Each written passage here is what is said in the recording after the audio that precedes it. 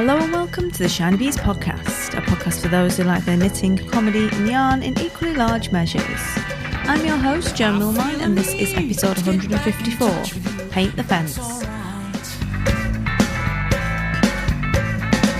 I feel a need to laugh again with you, if that's alright.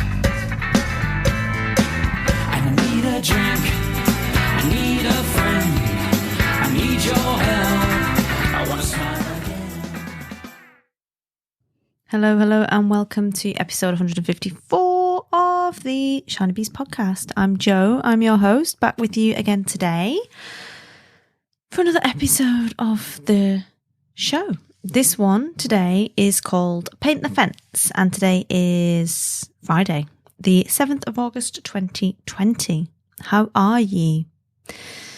Hope you've been well since last time I spoke to you a couple of weeks ago for episode 153, which was the Octopodiversary episode, which I very much enjoyed putting together and very much enjoyed revisiting a lot of the back catalogue. You forget after 8 years of podcasting exactly how much stuff you've done, and quite often, like, even though I'm the protagonist in most of the things that happened, forgotten some of it had even happened. So it was really good fun to kind of go back through some old episodes and pick up my favourites, really. And obviously, if you've not listened to them for a long time, I'm sure you enjoyed it as well if you've been a listener since the very beginning, and I know some of you have. And if you're new but you've not quite got back that far yet, then, you know, it's an interesting look back into some of the origins of the show and some of the funny things that have happened and all that kind of good stuff, really.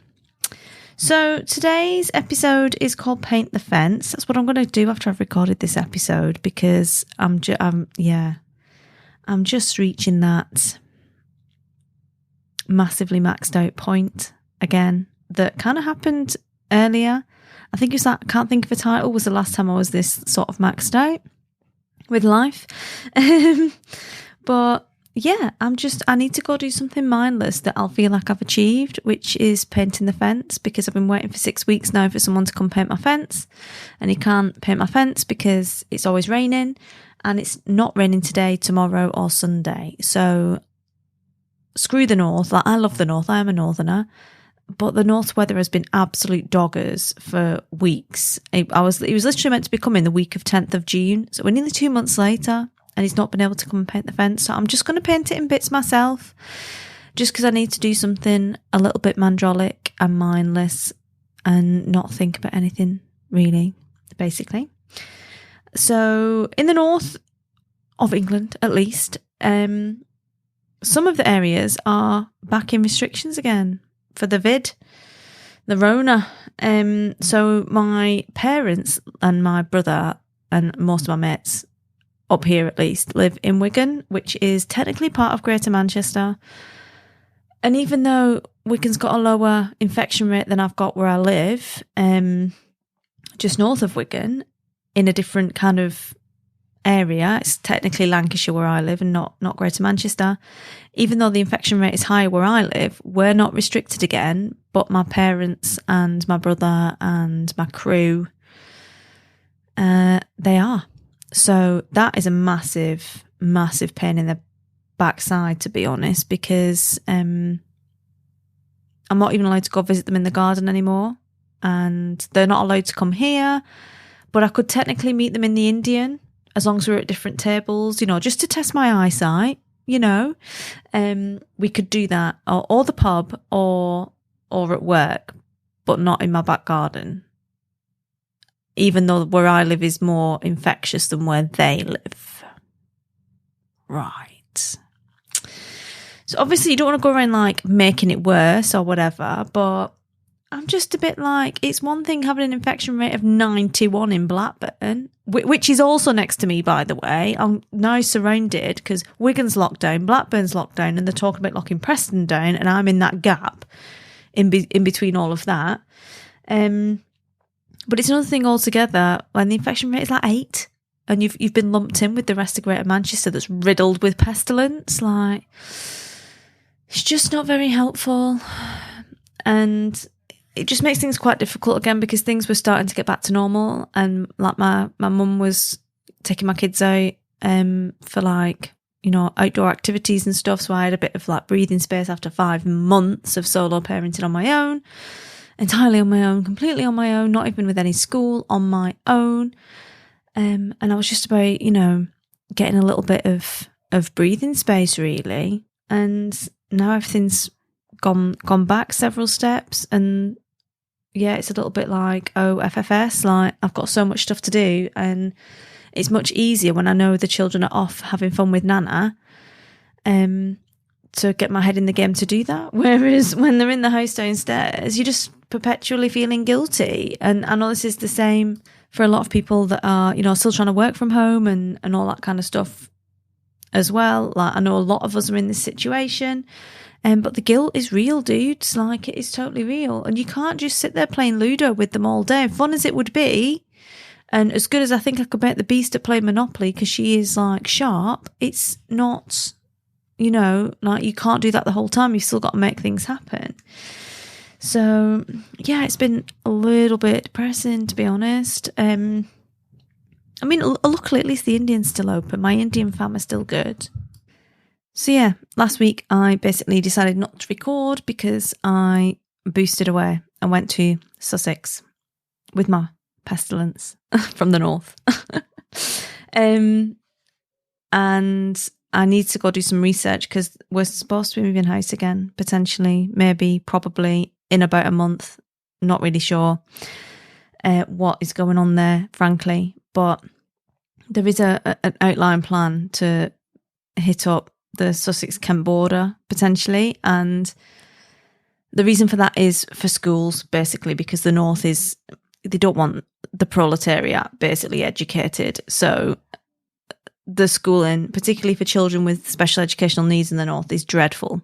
And getting anyone to like help you is such a pain in the backside. So we're sort of like gripping it ourselves and moving elsewhere to places that have a better system in place and have more options available. So I was down there to do some research, to look at all these places that I've seen on the map but I've never heard of, and go look at them. And also because I was so sick of the rain, it is so depressing, and I was just thinking, you know what, I can't take any more rain. I've got to get out of here before, you know, I get rickets or I become amphibian, basically. So we went down there and I had a much needed kind of week off and collected my doggies again. So you might hear them. In fact, you can hear them now. Not sure if the microphone is picking it up, but the bark masters are back, which is really good. It's nice to have them back in the house again and have them collected, which is awesome. And yeah, so we're supposed to be moving. We don't know where to. We need to find schools, but no one can help us find a school until we've got an address. We're not going to get an address until we know what schools are available, obviously, because we've done that before and that went really well. And it's all supposed to be happening in a month. If they're even going back to school in a month, like, it's just getting a little bit, it's giving me a bit of a headache, all told. Like, it's getting a bit much.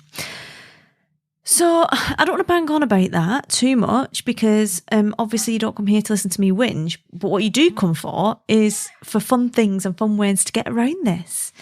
So what I've got for you, if you are in that space that I'm kind of in a little bit at the moment, where it's all like it's giving you a headache because it's all just a bit much, then I was chatting to one of my very, very dear friends who I adore from uni, and somehow we got onto Toto's Africa, and then we got onto exchanging funny YouTube videos, and I just enjoyed it so much, I thought I would share them with you. Like, if you need that little, 5 minutes of escapism and just a bit of a giggle to yourself, then these could be an option for you.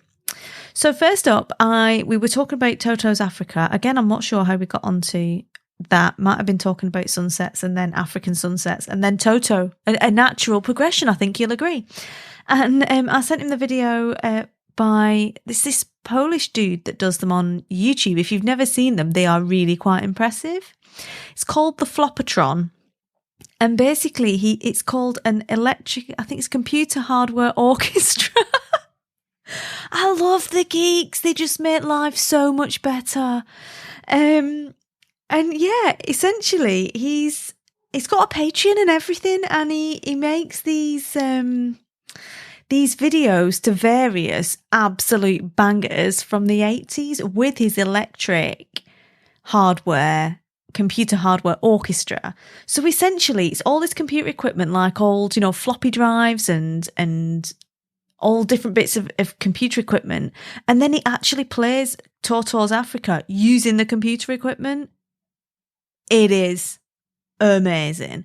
And if it wasn't amazing enough, right, he's also like, he takes requests. So you can find like Take On Me on there, like all sorts of good stuff. So that's the Flopatron. I'm going to put all these in the show notes. I'm just going to share them on social media. I'm going to throw them in the Facebook group that's still going, because obviously I've not had time to build our mighty network yet. Just really good, clean fun. Then my friend sent me a video of a guy who'd managed to change the open. You know when you open your car and it beeps? Oh, they used to. Mine doesn't. We've talked about the Renault before. Mine doesn't beep, but this guy had this thing where if you put the keys in and leave them in, I think it's because I don't put keys in my car anymore. It's one of those like proximity ones that anyone can break into with a signal extender. To be honest, I've tried leaving the doors wide open. The kids have left the doors wide open overnight in the rain and no one's nicked it. It's obviously too inviting. Or it's just a really rubbish car. Could be either. But yeah, basically this guy changed the open tune for his car, leaving his car keys inside the car to be Africa by Toto. So if he opens the door, it plays Africa, which was amazing.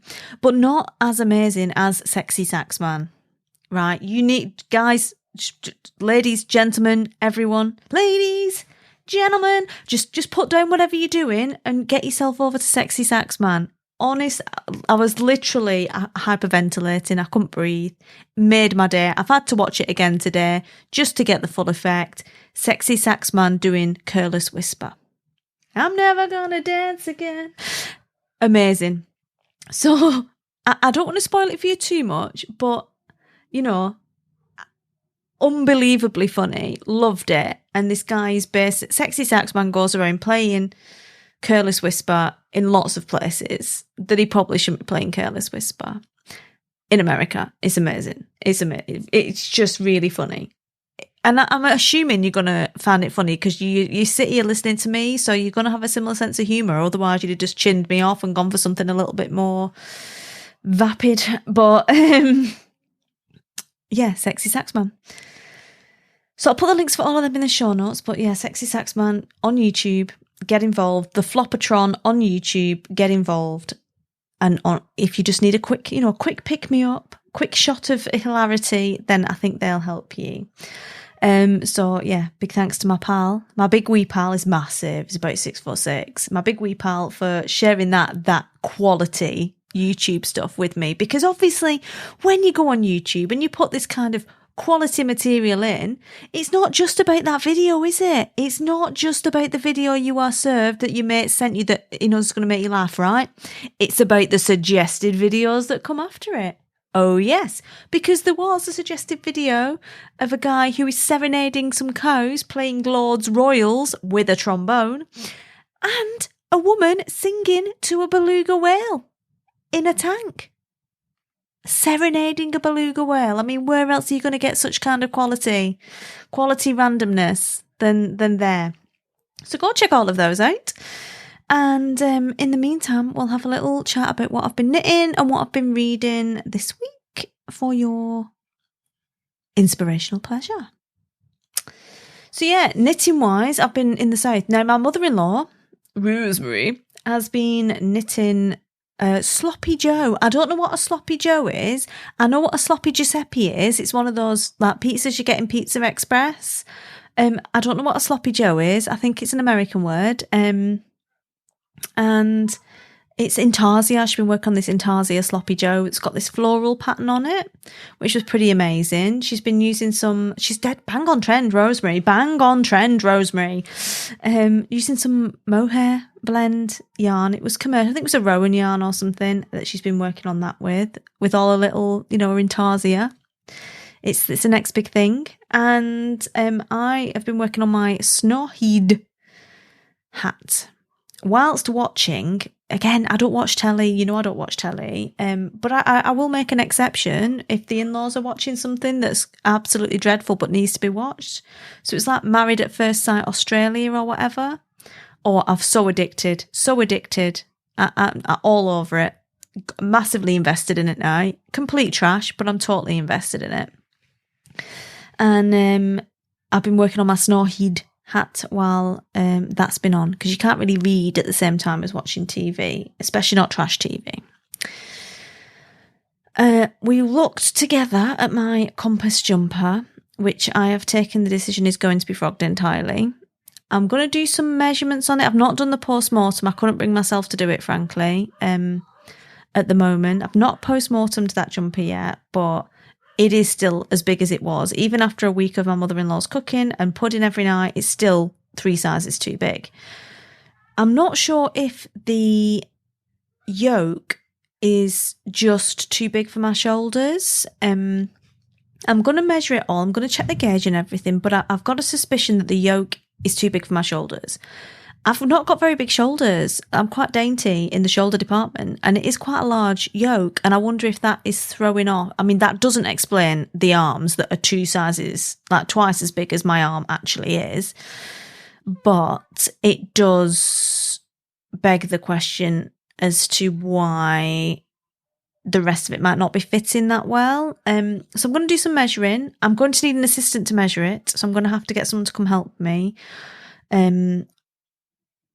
In order to figure out whether it's just not a pattern that is going to work for me. Maybe I need a yoke that is not quite as deep, and possibly that will work better overall in the fit department. I'm not sure. But it is going to be completely frogged. I was just not in a place where I wanted to be frogging the yarn at their place, because they've had our dogs and they've got their own shelters. That's 3 hairy dogs.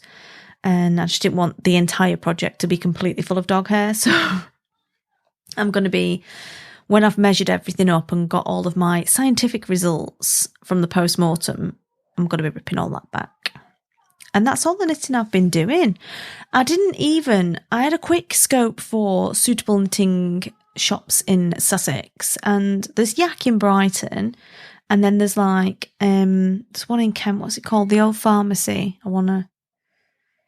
It's in the Old Pharmacy. I don't think it's called the Old Pharmacy. It's in Faversham. I can't remember the name of it. But I didn't really find any shops in between to go have a look at and see. So I'm a little bit concerned about the paucity of knitting establishments in the southeast. So yeah, I was not really in a knitty frame of mind. I was mostly driving around rural country lanes, trying to avoid getting run off the road or having my wing mirrors taken off.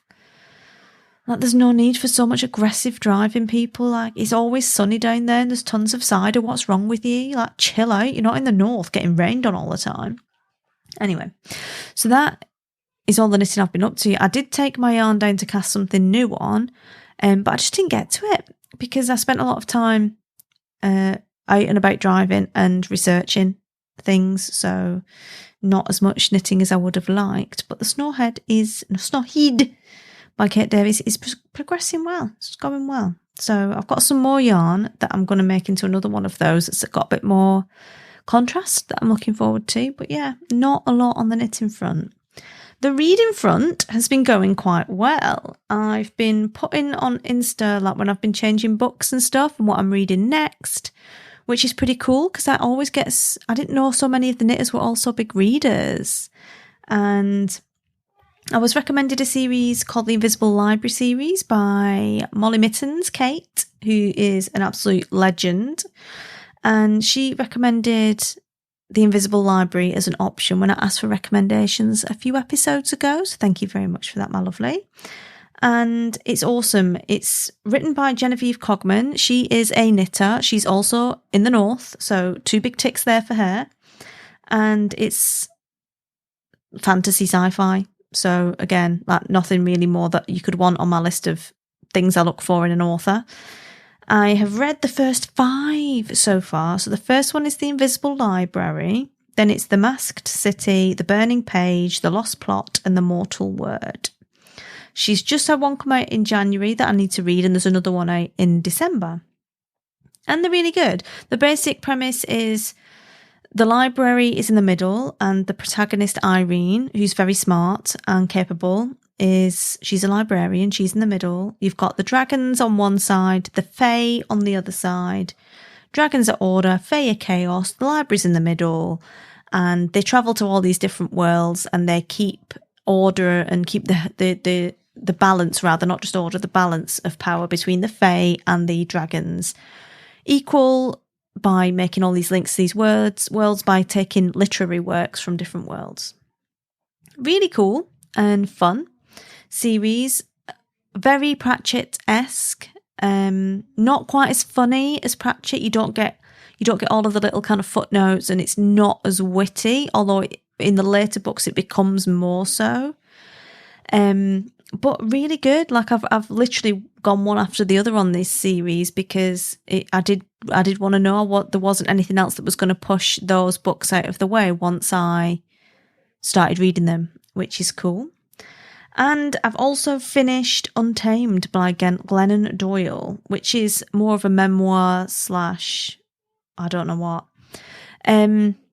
Quite a new book. It was a random thing that popped up as a recommendation. I don't know where. I don't know if it was Audible or whether it was in Goodreads. I don't know, but it popped up and I was like, yeah, this sounds good, you know.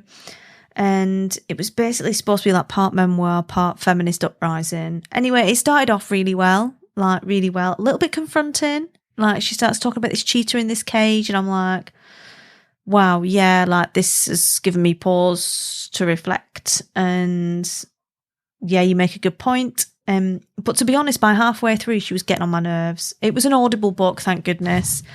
And it was read by her. It was easy enough to listen to, but she just started to get a little bit preachy, and it's just a bit like, oh, I'm so awesome. I'm such an awesome mother. I reflected on this, and this is how I said it, and I'm just so great. And I'm just like, I don't want you to be great. Just bugger off, Glennon. Like, I don't want to sit here listening to you bang on about and preach about things. Like, this was supposed to be interesting, and it's not. You know, I don't want to hear your smugness, frankly. So any kind of good points she kind of made in the first part, it just started to become quite rambly and a bit like, and another thing, like, I'm so great because. And it's okay having and another thing. I mean, I'm the queen of and another thing, but nobody just wants to hear you being smug about stuff and how great your life is and, you know, preaching at us about how we should all be doing it. Like, no one needs to hear that. So, and if you do want to learn about any of those subjects, there are better places to learn it than from her, I think. So, I don't know. I was hoping it would be about her breaking free from her kind of life as it was prescribed by, you know, society and religion and being married to a bloke. And it started off like that, but then it just became irritating.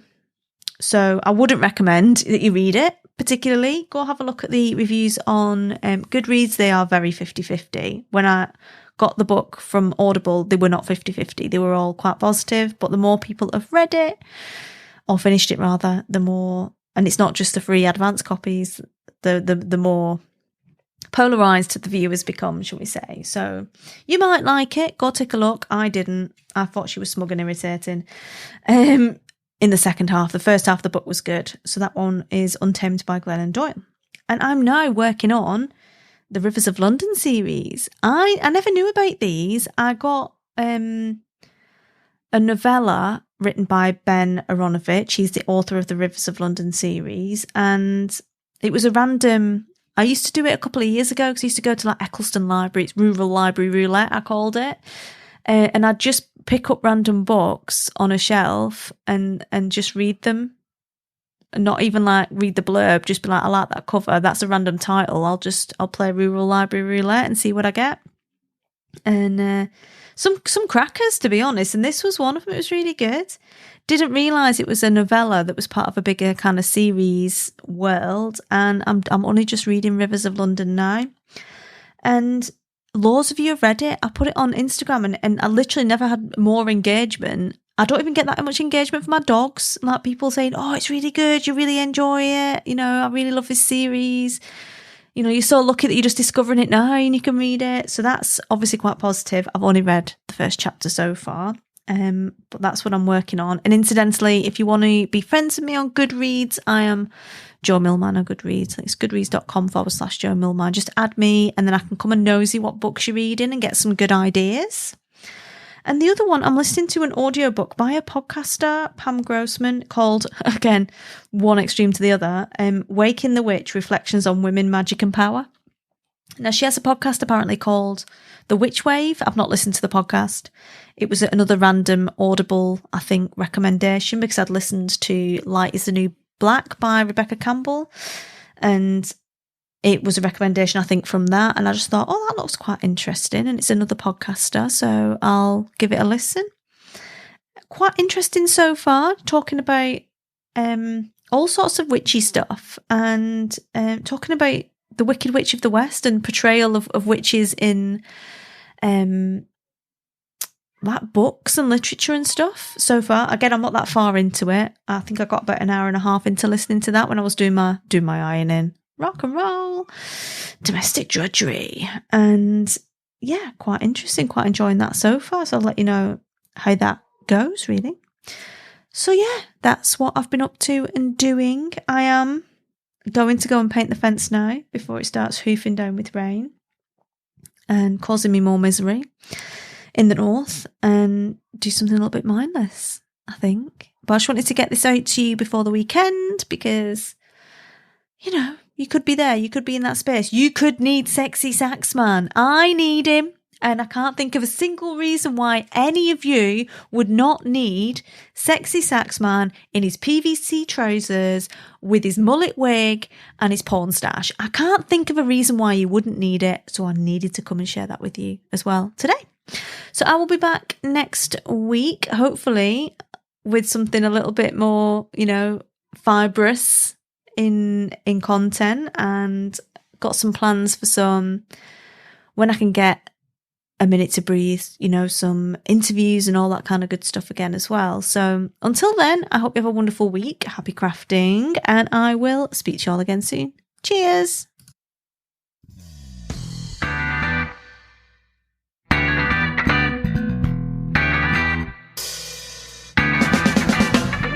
You've been listening to the Shiny Bees podcast. Show notes for this episode can be found at shinybees.com/154. Music for this episode is with kind permission of Adam and the Walter Boys with I Need a Drink, and you can find it for sale on iTunes.